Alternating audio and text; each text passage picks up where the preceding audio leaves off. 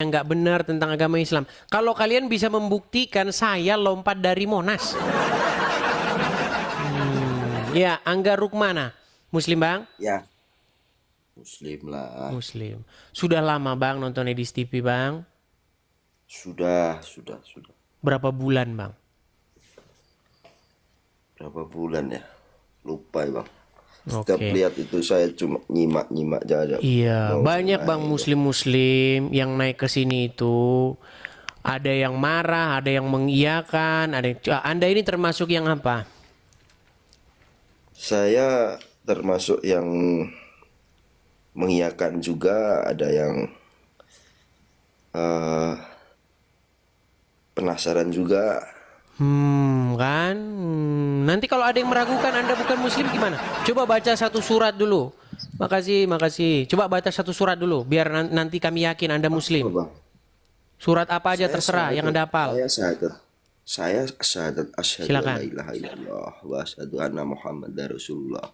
Baik, muslim ya, Itu adalah muslim. Oke, satu baik. kesatuan. Coba bang, Anda selama nonton channel saya banyak setuju dengan saya. Ya, ada yang setuju. Apa yang nggak ada setuju? Yang tidak Anda setujui apa? eh Sebenarnya saya tidak ada yang tidak saya setujui. Nah, kan nggak bisa. Mustahil seorang muslim datang ke sini membuktikan bahwa saya melakukan sesuatu yang tidak benar tentang agama Islam. Karena saya tahu bang, semua yang saya katakan ada dalilnya, ada dasarnya. Pemahamannya saja yang berbeda. Coba, apa contohnya misalnya?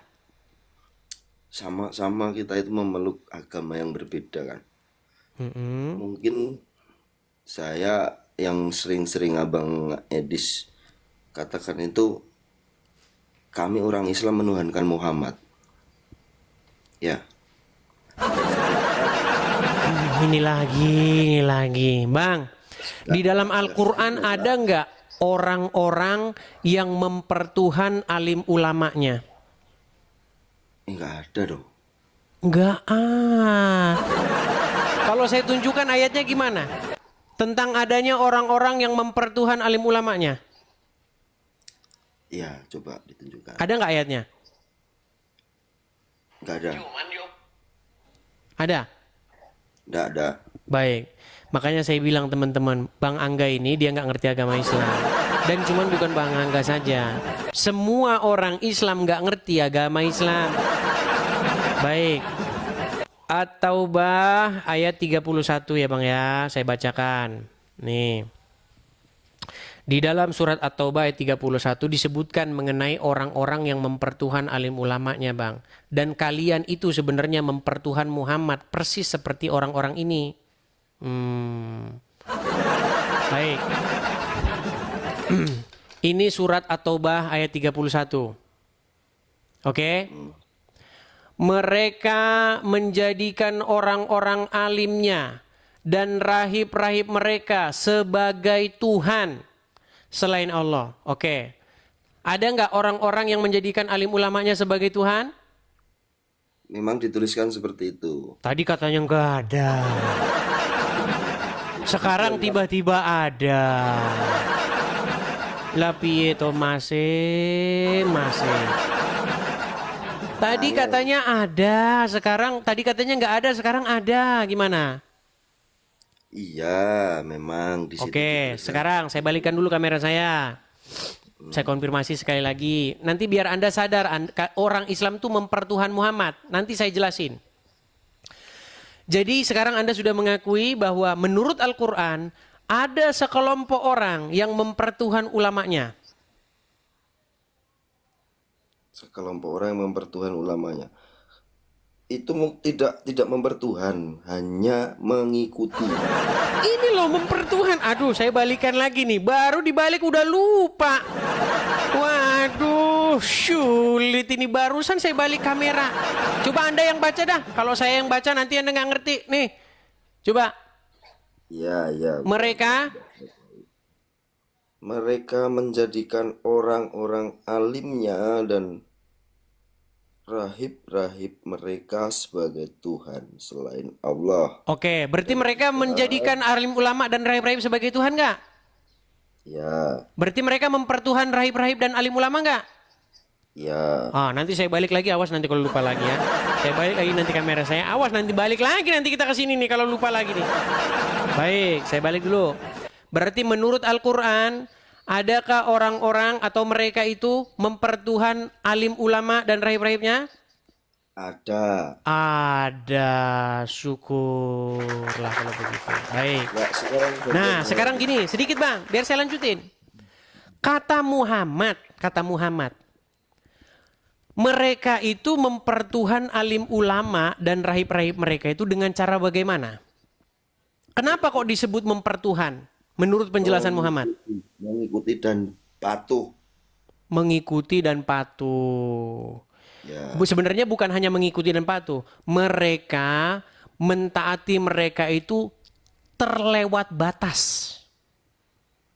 Jadi kepatuhannya itu kepatuhan yang kebablasan.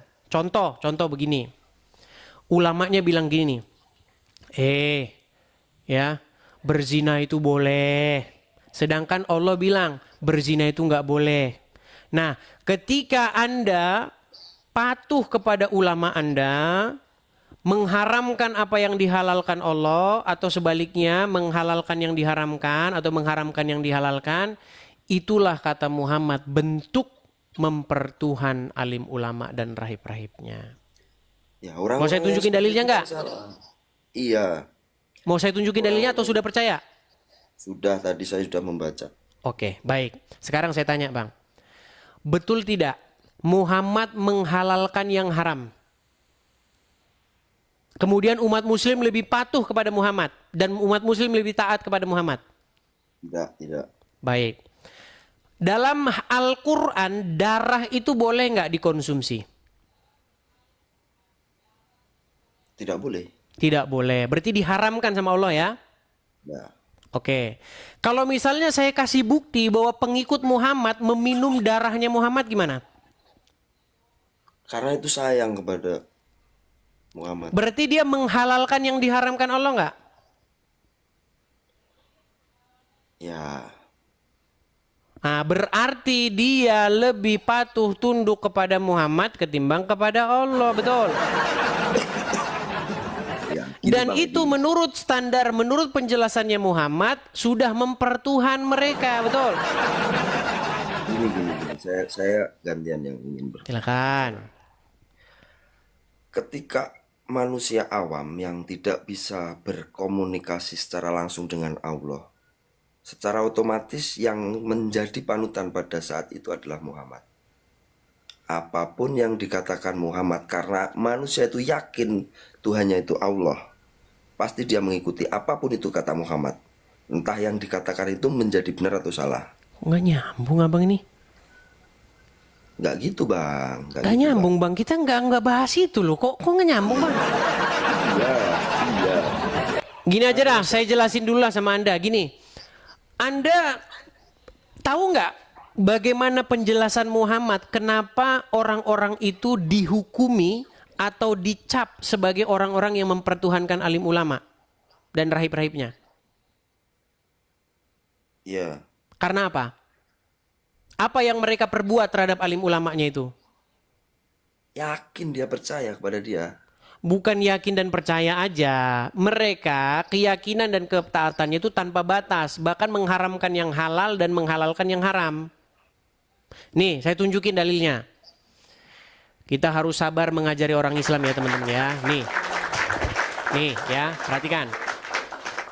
Ini tafsir At-Taubah ayat 30 dan 31. Di sini Muhammad menjelaskan bagaimana cara mereka mempertuhan atau menjadikan alim ulamanya sebagai Tuhan. Ya. Nih, saya bacakan ya. Ya. Di sini saya bacakan. Jadi Muhammad sedang membacakan surat At-Taubah ayat yang ke-31. Datanglah seorang Nasrani kepada Muhammad mengatakan bahwa kami tidak mempertuhan alim ulama kami. Nih ya. Nih, Adi melanjutkan kisahnya bahwa Adi menjawab Muhammad, Sesungguhnya mereka tidak menyembahnya, ya Rasulullah. Rasulullah bersabda, tidak. Sesungguhnya mereka mengharamkan yang halal bagi para pengikutnya dan menghalalkan yang haram bagi mereka, lalu mereka mengikutinya.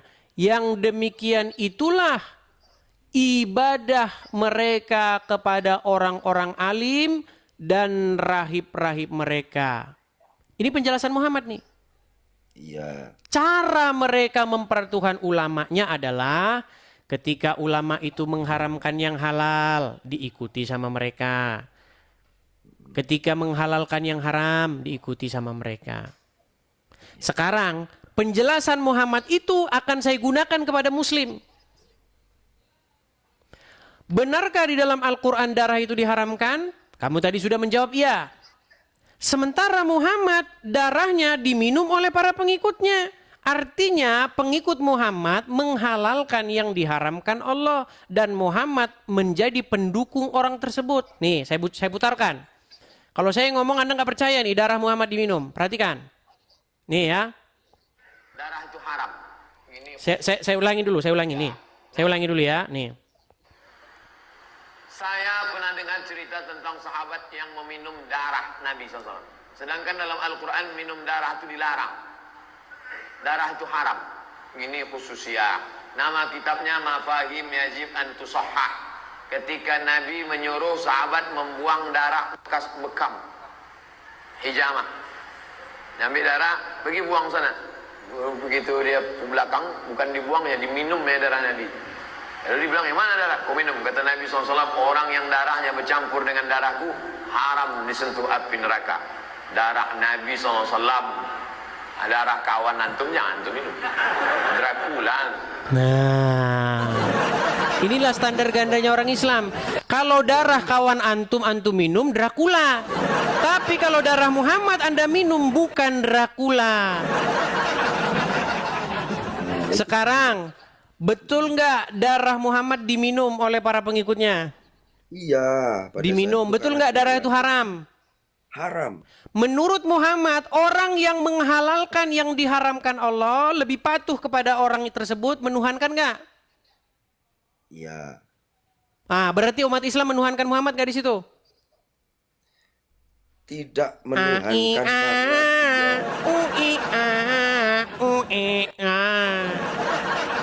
ini Bang. Umat Islam atau pengikut Muhammad, sahabat Muhammad, menghalalkan apa yang diharamkan Allah. Muhammad malah mendukungnya dengan berkata, haram tubuhmu disentuh api neraka. Muhammad malah jadi pendukung orang tersebut. Gimana? Memang pada saat itu seperti itu karena Ya berarti menurut penjelasan Muhammad sendiri, orang tersebut mempertuhan Muhammad. Setuju? enggak lah. Nah, nggak setuju. Berat ini teman-teman ngomong. Coba di dalam Al-Quran, di dalam surat Al-Ahzab ayat 70, apa dikatakan di situ? Ya ayyuhallazina amanu, wahai orang-orang yang beriman, ucapkanlah perkataan yang benar. Betul? Ya. Apa kata Muhammad di dalam hadis? Boleh berbohong. Apakah umat muslim lebih patuh kepada Allah? Ucapkan perkataan yang benar? Enggak, umat muslim taatnya sama anaknya Aminah itu. Umat muslim lebih patuh, lebih taat sama anaknya Aminah sekalipun dia menghalalkan yang diharamkan Allah. Sekarang saya tanya, Keselamatannya Bang. bohong itu diharamkan nggak oleh Allah? Haram. Haram. Sama Muhammad dihalalkan nggak bohong itu? Ya karena itu dalam posisi terdesak. Makanya saya bilang, kalian itu mempertuhan Muhammad sesuai penjelasan Muhammad sendiri. Semuanya kan cuma ingin mendapatkan hidayahnya. Semua orang hidup kan apa tujuannya? Kalau mati ada surga dan neraka kan? Siapa yang harus Anda taati, Allah apa Muhammad? Allah. Allah. Allah bilang boleh nggak berbohong? Nggak boleh. Muhammad bilang boleh nggak berbohong? Boleh dalam keadaan Boleh. Siapa yang harus Anda lebih taati? Allah. Buktinya Anda taat sama Muhammad. Boleh nggak Anda bohong? Taat kepada Muhammad itu sunnah bagi saya. Mengikuti. Iya, artinya ketika Anda taat kepada Muhammad, di detik yang sama Anda melawan perintah Allah. Kalau itu mengancam jiwa yang kita harus Sungguh nekat yang nyata. Aduh, sudah hampir jam 12 ini. Sudah banyak ini yang tidur ini. Udah 20.000 orang udah ngantuk-ngantuk ini. Gini bang. Karena semua itu kan mengharap semua ada di surga karena mengikuti Muhammad. Sedangkan yang bisa berkomunikasi langsung kepada Tuhannya itu adalah Muhammad. Apapun yang dikatakan Muhammad, orang Muslim itu mengikutinya. Ya, berarti Muhammad dijadikan Tuhan. Yang bisa berkomunikasi sama Tuhan aja Muhammad kok. Iyalah, kalau masalah itu terserah. Berarti yang dijadikan Tuhan adalah Muhammad, anaknya Aminah. Saya akan ditanya. Gimana Anda ini? Kenapa Enggak, Anda Yesus akui dulu itu kan poin kita. Tadi kan Anda mengatakan saya tidak setuju dengan Anda ketika Anda mengatakan kami umat Muslim mempertuhan Muhammad, kan gitu. Iya, tidak. Ternyata setelah saya buktikan, ternyata betul Anda mempertuhan Muhammad, betul. Enggak, saya tidak mempertuhan Muhammad karena saya yakin yang bisa berkomunikasi dengan Allah Tuhan saya Yang itu bisa Muhammad. berkomunikasi sih. Oh iya, itu yang diturunkan wahyu, yang bisa naik ke sana, yang bisa berkomunikasi dan menyebarkan apa yang Naik dikatakan kemana? Allah itu Muhammad. Naik kemana? Loh, yang bisa berkomunikasi dengan Allah itu kan Muhammad. Oke, di Quran mana ada Muhammad berbicara kepada Allah? Ya, ketika menerima wahyu seperti itu kan siapa lagi? Di mana ayatnya? Di semuanya. Loh, kan Bang Edis yang lebih tahu tentang Al-Quran itu. Baik, saya tunjukkan satu ayat ya. Baik. Berarti semua yang ada dalam Al-Quran itu adalah perkataan Allah, betul? Firman Allah. Ya, Baik, saya tunjukkan ya. Perhatikan. Aduh. Anda mengatakan bahwa seluruh yang ada di dalam Al-Quran itu adalah firman Allah. Anda ini nekat yang nyata. Saya tunjukkan kepada kalian bagaimana ayat yang tertulis di dalam Al-Quran. Baik. Baik. Ini surat Al-Fatihah nih. Tentu Anda tahu surat ini. Surat Al-Fatihah. Dengan nama Allah yang Maha Pengasih lagi Maha Penyayang. ya. Segala puji bagi Allah Tuhan semesta alam. Ini omongan siapa ini? Ya, itu kan ayatnya seperti itu. Omongan Nama siapa? Allah, dengan nama Allah yang Maha Pengasih dan yang Maha Penyayang. Iya, perkataan siapa ini? Perkataan yang Muhammad, membuat ya. itulah. Tadi Anda katakan Al-Quran itu firman Allah, betul? Ya, Oke, siapa yang bilang dengan nama Allah yang Maha Pengasih lagi Maha Penyayang? Segala puji bagi Allah Tuhan semesta alam. Yang ngomong di sini siapa? ya Allah lah. Allah ngomong, segala puji bagi Allah. Iya, Oke, baik. Allah ngomong segala puji bagi Allah. Terus ya, saya lanjutkan lagi. Kemudian Allah berkata, hanya kepada engkaulah kami menyembah dan hanya kepada engkaulah kami memohon pertolongan. Jadi Allah berkata kepada Allah supaya Allah nyembah Allah gitu. Coba siapa yang ngomong? Hanya kepada engkaulah kami menyembah. Ini yang ngomong begini siapa? Muslim lah. Tadi katanya Allah, sekarang tiba-tiba Muslim. Di atas ini loh ya, saya bacakan. Ya, dengan nama Allah yang Maha Pengasih lagi Maha Penyayang. Ini Allah yang ngomong ya. Itu kan surat Al-Fatihah, Bang. Iya, Al-Fatihah tahu. Yang ngomong di sini Allah. Itu kan pembuka. Iya, yang berbicara siapa? Yang berbicara. Yang berkata dengan nama Allah. Yang ngomong siapa? Inilah penulis lah. Penulis. Baik, tadi Allah, sekarang penulis. Baik. Segala puji bagi Tuhan semesta alam, yang Maha Pengasih lagi Penyayang, pemilik hari pembalasan. Hanya kepada engkaulah kami menyembah dan hanya kepada engkaulah kami memohon pertolongan. Berarti ini bukan firman Allah. Ya bukan, nah, itu penulis kok. Itu Bukan kan firman pembuka. Allah. Itu kan pembuka. Lalu kenapa Anda nekat mengatakan bahwa Al-Quran adalah firman Allah? Enggak dong. Ini kan kalau namanya Sungguh nekat yang nyata. itu Bang. Aduh. Itu pembuka Al-Quran. Angga. Coba, berarti Anda sudah akui bahwa Al-Fatihah bukan firman Allah? Ya bukanlah, itu kan pembuka Al-Quran isi. Terus Al-Quran perkataan siapa kalau gitu? Al-Fatihah perkataan siapa? Al-Fatihah itu pembuka Iya, Al-Quran. perkataan siapa itu tadinya? Ya penulis lah. Pengarang Itu Al-Quran, betul? Iya, itu yang Berarti penulis, Al-Quran karang-karangan, betul? tidak seperti itu. Nah, sekarang tidak. Tadi katanya bukan firman Allah, tapi tulisan penulis. Penulisnya manusia, betul? Penulis manusia, Oke, berarti dikarang oleh manusia, betul? tidak dikarang, disalin.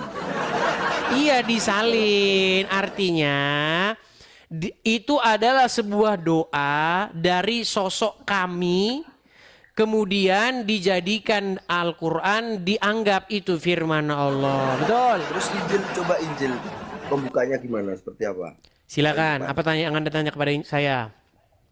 Yang paling depan Injil seperti apa? Saya pengen tahu. Saya kan Yang nggak paling pernah depan baca. dari Injil. Baik, kita bukakan teman-teman. Kita jangan bisanya nanya terus. Kita buka Sabda Mobile. Kita buka pembuka Injil, kita buka dari Injil Matius pasal yang pertama ya. Baik, saya balik kamera saya. Baik. Injil Matius ya. Injil yang pertama, pasal yang pertama, ayat yang pertama. Dibuka dengan kata-kata begini. Inilah silsilah Yesus Kristus, anak Daud, anak Abraham. Abraham memperanakan dan seterusnya. Apa pertanyaan Anda? Itu yang nulis siapa? Penulis. Nah, ya penulis. Yang ngasih tahu siapa? Yang ngasih tahu maksudnya? Yang ngasih tahu itu seperti itu. Injil itu yang ngasih tahu kalau ada cerita seperti ini siapa? Para saksi mata. Para saksi mata. Pada saat itu saksi mata sudah pasti seperti ini. Yang menulis saat ini sudah pernah bersaksi bahwa saksi mata itu seperti ini, tidak ada yang ditambah-tambahin. Baik, pertanyaan dia agak sedikit rancu ya teman-teman, dia agak sedikit panik. Baik, kita bukakan ya dari Lukas pasal yang pertama, perhatikan. Makasih Pak Agus Ibrahim. Baik nih ya, perhatikan. Kita buka Lukas pasal yang pertama. Dari mana keterangan ini didapat? Perhatikan. Nih. Karena itu, setelah aku menyelidiki segala peristiwa itu dengan seksama, dari asal muasalnya, aku mengambil keputusan untuk membukukannya dengan teratur bagimu, supaya engkau dapat mengetahui bahwa segala sesuatu yang diajarkan kepadamu benar. Nih, jadi dari mana? Tenang, belum selesai. Jadi dari mana ini didapatkan? Dari para saksi mata dan pelayan firman. Nih, ya. Saksi mata dan pelayan firman. Puji Tuhan. Nah, sekarang saya tanya kepada Anda. Metode yang digunakan Bible melaporkan peristiwa dari berdasarkan saksi mata itu ilmiah nggak? Ya kenapa harus diselidiki? Baik, berarti yang namanya penyelidikan itu tidak ilmiah. Tuh, kalau itu memang real, kenapa harus diselidiki, Bang? Kau udah jelas-jelas ini. Tenang, sebentar, tenang. Ya. Kita punya kepolisian negara Republik Indonesia yang tercinta. Ya, kita punya kepolisian kita yang kita banggakan, walaupun ya kadang-kadang agak sedikit menyebalkan, tapi tetap saja kepolisian kita. Baik, dengar. Ketika seorang penyidik melakukan penyelidikan, kemudian dikumpulkan bukti-bukti, diperiksa para saksi mata, kemudian dilimpahkan perkara itu ke pengadilan, dan juga jaksa juga melakukan seperti yang dilakukan penyidik itu, dia bantu polisi, nih begini skala. Terus dilimpahkan ke pengadilan. untuk dibuktikan. Pertanyaan saya, itu ilmiah atau enggak? Ilmiah. Ilmiah. Sekarang saya tanya kepada kamu, Muhammad dia dapat dari saksi mata atau dia semedi di gua? Dirinya sendiri. Makanya, tenang. Kalau ada hakim, dari mana kamu tahu itu? Pak Hakim, saya tahu dari saksi mata. Saya menggali keterangan dari sini. Orangnya ini, katanya begini. Mantap. Coba Anda datang kepada hakim. Ketika Anda ditanya hakim, dari mana kau tahu itu? Dari bertapa di Gunung Bromo. Itu nanti palu hakim itu yang melayang ke kepala kamu. Makanya saya bilang, kalau kita ngomongin agama kamu itu, kita siapin bodrek, paramek banyak-banyak. Saya tanya Muhammad tahu dari mana itu? Dan ingatlah ketika Isa berkata kepada Bani Israel, akan datang kepadaku seorang nabi namanya Ahmad. Saya tanya, Muhammad tahu dari mana? Ya, karena itu adalah wahyu dari Allah. Wahyu. Sungguh nekat yang... Kalau cuman wahyu, semua orang bisa mengklaim. Lia Aminuddin bisa ngomong dapat wahyu. Baik, saya tidak salahkan dapat wahyu. Saya tidak salahkan. Oke. Kalau wahyu berarti dia harus punya tanda untuk membuktikan bahwa dia benar-benar seorang nabi. Jadi nggak boleh nabi itu ngaku-ngaku, nggak boleh. Saya menerima bisikan bahwa saya diberikan informasi. Oke lah, nabi-nabi oke lah ya. Nabi-nabi di dalam Bible itu harus dikasih sign atau tanda kenabiannya. Tanda kenabian itu berupa apa? Berupa tanda ajaib atau mujizat. Supaya perkataannya itu bisa didengar. Ketika Musa diutus oleh Tuhan, Musa berkeluh kesah kepada Tuhan dengan berkata, mereka nanti tidak percaya kepadaku bahwa engkau telah mengutus aku. Tapi apa kata Tuhan? Apa itu yang ada di tangan kananmu? Tongkat. Lemparkan itu ke bawah. Maka tongkat itu menjadi ular. Itu menjadi tanda nanti di hadapan orang Israel jika mereka tidak percaya. Ada tandanya kan? Tanda ajaibnya. Iya. Bahwa yang dikatakan itu betul-betul berasal dari hal-hal yang gaib, hal-hal yang kosmik. Sekarang saya tanya, mujizat apa yang Muhammad punya untuk membuktikan bahwa dia nabi? Tidak ada. Nggak ada, berarti nggak beda jauh sama Ilya Aminuddin. Nabimu nggak beda jauh sama Lia Eden. Nggak ada mujizatnya. Mujizat cuma ngomong doang ngapain? Semua juga dia ngarang-ngarang ngomong aja, gimana anda ini?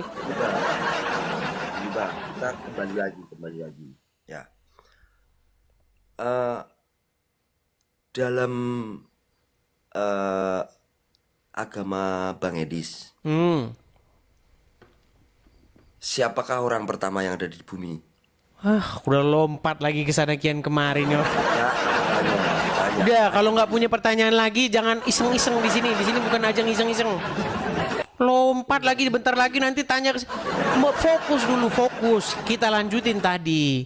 Kenapa kamu percaya dengan omongan Muhammad sementara dia nggak punya mujizat, nggak punya tanda kenabian? Kalau nggak punya tanda kenabian, orang cuma ngomong-ngomong doang. Nggak seperti itu, Bang. Nggak. Mana Anda ini? Sekarang gini, kalau Anda membaca kitab-kitab terdahulu, Taurat ataupun Injil, apa tanda kenabian di dalam Taurat dan Injil? Mukjizat. Mujizat, baik. Sedangkan menurut Muhammad, tanda kenabian itu apa? Tompel. Tompeng. Anda sudah mengakui tanda kenabian berupa tompel. Makanya teman-teman, nih ya, lihat nih. Bahira memperhatikan Nabi SAW, ini semua ciri yang disebutkan dalam Injil ada. Dia masih bimbang, dia ingin buktikan satu hal. Apa itu? Dalam Taurat dan Injil juga disebutkan setiap nabi itu punya tanda kenabian. Apa tanda kenabian teman-teman sekalian? Sebuah daging yang menggumpal di pundak sebelah kanan, dan daging itu berwarna merah kehitam-hitaman dan dimiliki atau memiliki bulu yang lebat. Tompel. Bagaimana Nabi tanda kenabian tuh tompel dari mana? Makanya saya bilang, seandainya kamu menggunakan akal sehatmu, sudah sepantasnya Anda mempertanyakan keadaan psikologis Muhammad. Dari mana lah Muhammad tahu kalau tanda kenabian itu berupa tompel, Bang? Dari mana? Besok dia bilang lagi tanda kenabian itu berupa rambut pang begitu, terus Anda percaya aja. Gimana Anda ini? Semua itu kan kehendak Allah, Bang. Nabi Kehendak. Muhammad itu kan dijadikan nabi terakhir. Wahyu. Kadang-kadang Bang, kadang-kadang saya akui saya itu ngomongnya keras, membuat muslim tuh ngerasa sakit hati. Tapi yang saya omong ini bener loh masalahnya itu. Memang iya yang Iya, makanya saya bilang, sejak kapan Bang di dalam Injil, dalam Taurat tanda kenabian tuh berupa tompel tuh sejak kapan? ya memang Cobalah Bang, mikirlah dulu gitu loh.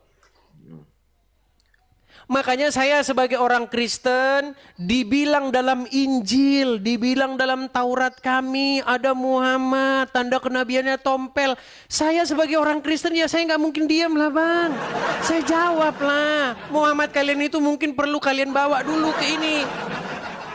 Dari mana ada dalam tanda kenabian tuh tompel Bang? Jangan memfitnah terus Bang, hentikanlah fitnah yang nyata itu. Gak ada fitnah, Bang. Memang kalau semua alim ulama mengatakan seperti itu karena yang terdahulu memang seperti itu. Oke, Nabi di Injil Muhammad Taurat itu mana ada tompelnya? nggak ada. Terus kenapa Anda fitnah bahwa dalam Taurat dan Injil ada tanda kenabian berupa tompel?